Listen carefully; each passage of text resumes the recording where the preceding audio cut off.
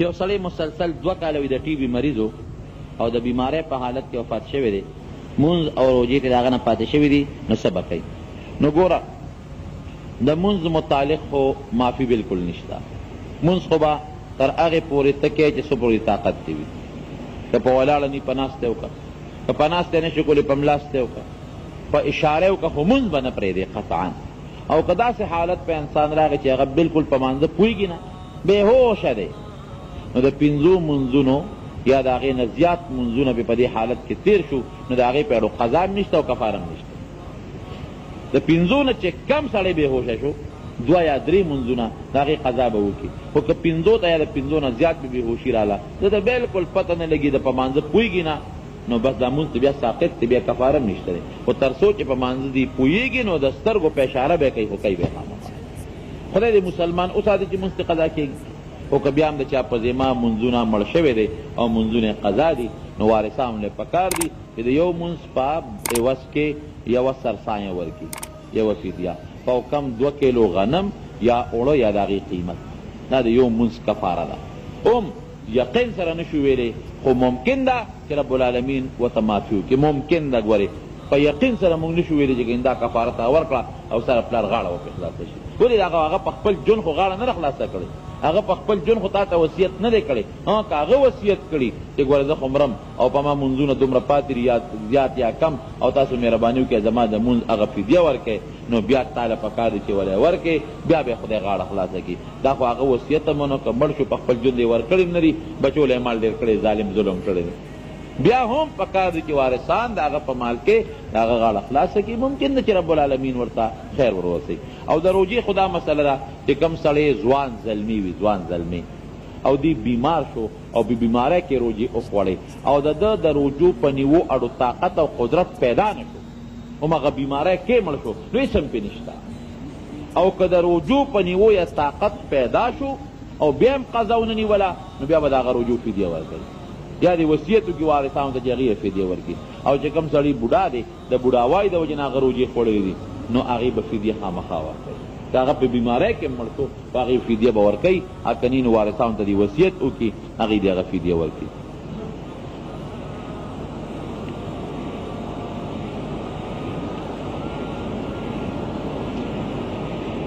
او دی وایي چې بعض علاقو کې داسې خلک شته دي، غایبانه اشیاو خلک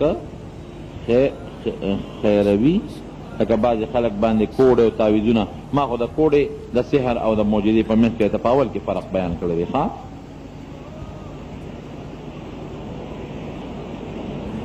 که یو سړی په حرامو پیسو باندې ځان له پاسپورټ جوړ کړي او بهر ته لاړ شي او پیسې وګټي، دا جایز دی که جایز نه؟ حرام مال استعمالول خو بالکل ګناه ده.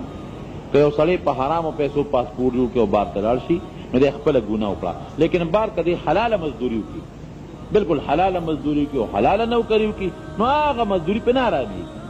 خو د مشقت وکړه، حلال یې وګټل، حلاله مزدوري یې وکړه، ځان یې خوله وبیوله، نوکري یې وکړه، نو هغه پرې نه حرامېږي. او دی یو خپله ګناه وکړه چې دی حرام مال دی ورسره او په هغې باندې دی مثلا پاسپورټ جوړوي، دی بېله ګناه ده. خو که ده د هغې نه پس بار ملک کې نوکري مزدوري وکړه په حلاله طریقه، نو هغه پرې نه حرامېږي. دا وی صحیح ده چې په 12 تاریخ صحابه او صدقې ورکړي دي؟ نه، صدقه هر وخت ورکولی شي، د تاریخ تعین پکې نشته. 12مې، 14مې، 15مې، دا میاشت وي که بله میاشت وي.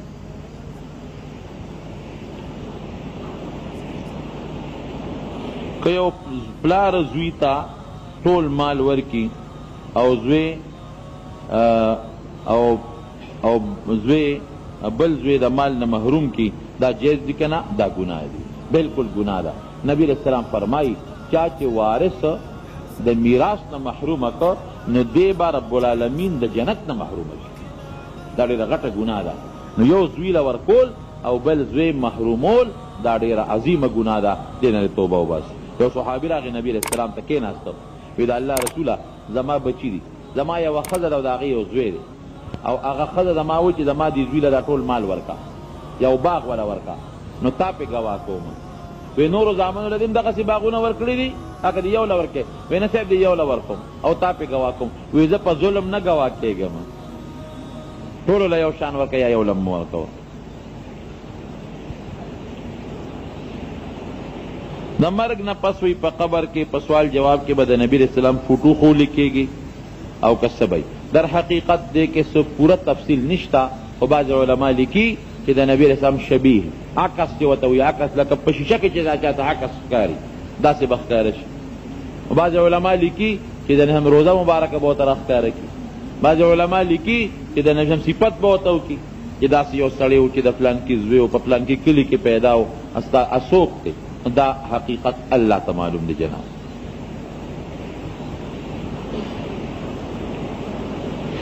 که یو ښځه په ګورنمنټ سکول کې استاذه وي، ماشومانو ته سبق ښیي او کور سره سکول نږدې هم وي، پرده کې هم وي، دا نوکري څنګه ده؟ دا بلکل ښه ده. ګوره دې زمانه کې ښځې د دې نه بلکل مه منې کوئ. ته خو ډېر سخت ضرورت دی زنانه په پرده کې سکول ته تللی شي، سبق خولی شي، سبق زده کولی شي په پرده کې بلکل. چې دا زنانه تعلیم اونه کی نو دا د ښځو علاجونه به درته څوک کوي؟ ښځې چې ډاکټرانې جوړې نه شي ښځې، نو ښځو له به په خېټه باندې سړي لاسونه راکاږي. دا خو د دې زمانې اهم ضرورت دی. داسې ډېر څیزونه دي چې هغې کې زنانه ته د علاج ضرورت دی، بل څیز بل څیز بل څیز ډېر ضروریات دي. نو دا زمانه داسې ده، خبره د پردې ده. په پرده کې د کور نه وځي، په پرده کې کور ته راځي، فتنه پکې ني او مصیبت ته نه جوړېږي. نو دې کې څه قسمه خبره نشته دی. ښه، دا د دې زمانې ضروریات دي. اوس به څه کوي؟ سړی به د ښځو علاجونه کوي، بیا سړی به د ښځو اپریشنونه کوي، بیا د ښځه به د سړي اپریشنونه کوي. هر جنس دپاره د خپل جنس، سړو دپاره سړی ډاکټر پکار دی، ښځې دپاره ښځه ډاکټره پکار ده. هغې ته بنیادي ضروریات دي.